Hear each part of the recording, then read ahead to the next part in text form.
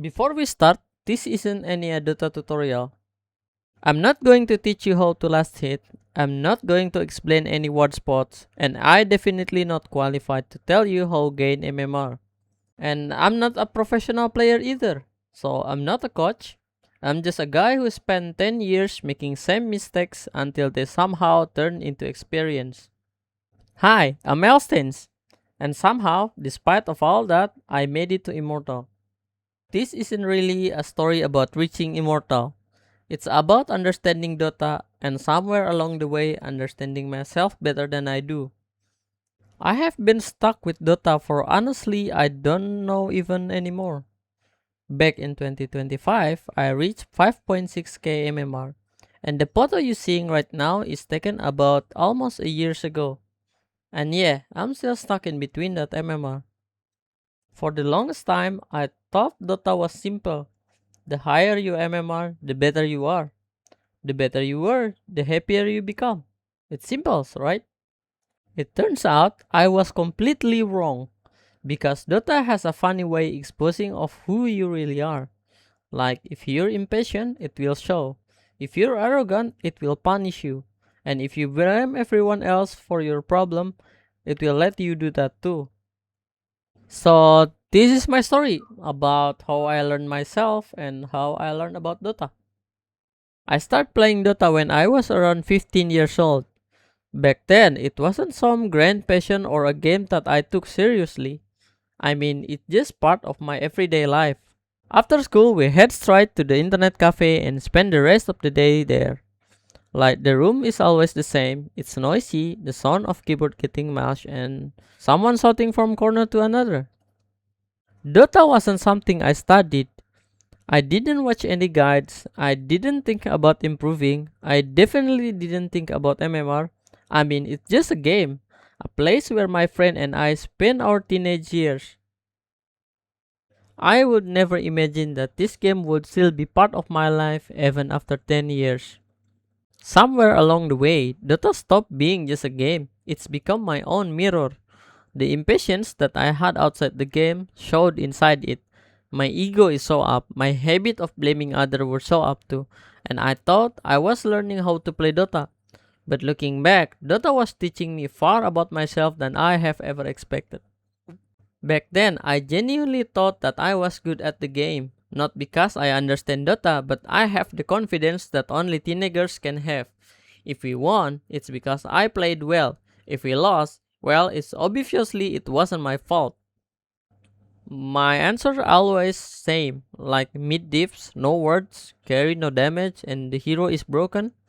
It's always the same answer every time we lose. And somehow, none of those answers involve about me. I did not understand the game. I didn't want to understand the game. I just press find match over and over again. Believe that if I have played enough, the MMR will eventually come reward my effort. Well, it didn't. The 2020 came around. I was in college back then and met someone with much higher MMR than me. For the first time, I looked completely different.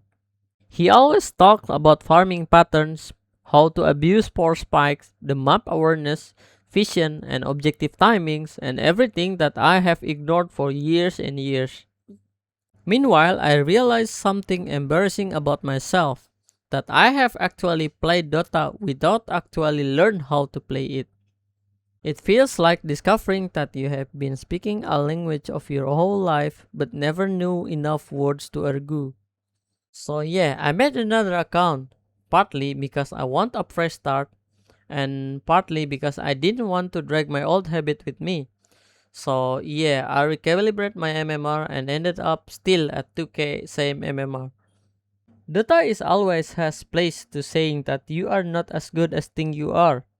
It hurts not because of the number, but because of my ego had finally met reality. For the first time, I stopped asking, why are my teammates holding me back? And start asking what I am missing. That single question changed everything about me. I learned that getting better wasn't about doing everything all at once. It was about focus on one thing and at time improving little by little. It meant by picking a few heroes and truly understanding them, learn their limits, their timings, knowing when they're strong and when they weren't. I start to understand Dota that wasn't just about any mechanics or understanding. Every role had a purpose. Support is not about just buoy wards and smoke. Carry weren't supposed to farm mindlessly for 40 minutes, and the offlaner weren't just tanky heroes that ran at people. It always had meanings. Every decision, every movement on the map, every responsibilities that comes with role you choose. The more I understand these things, the more the game starts to make sense. Strangely enough, it was also the first time Dota became more fun in a different way. I wasn't playing to prove that I was good anymore, but I was playing because I want to understand the game, and maybe that's when I actually learning the game. Of course, understanding the game didn't suddenly make me good. I still lost a lot. I got outplayed by people with lower MMR than me. I made terrible calls. I threw the game that shouldn't been free wins, and every time it happened, my first instinct was the same: find someone else to blame. The old habit doesn't disappear overnight. Then came the part that I hate the most. It's watching my own replays. Honestly, it feels like watching a CCTV footage of your own crimes. One thing I always remember is how amazing play that I made. But when I look it back again, I misrealized it, I ignored the minimap, and I TP late.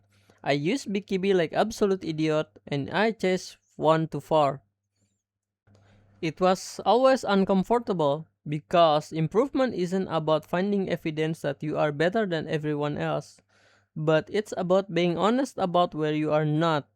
Honestly, it hurts. Because admitting that your teammates aren't always the reason you're stuck means accepting your responsibility, not for every loss, not for every bad game, but sometimes. So instead of asking why did my team lose, I start asking what I have could done better.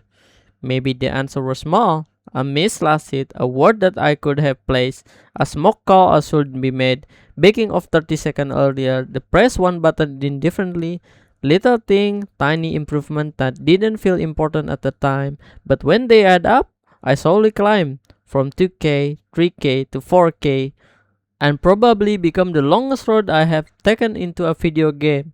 I remember posting every rank up screenshot on Facebook like I just won the international. Each time, like ancient, divine, each medal feel like the proof that I have those loss mean something. And that's another thing about Dota that taught me. The destination always move. There always another rank, another patch, another player who is better than you. The climb never really ends.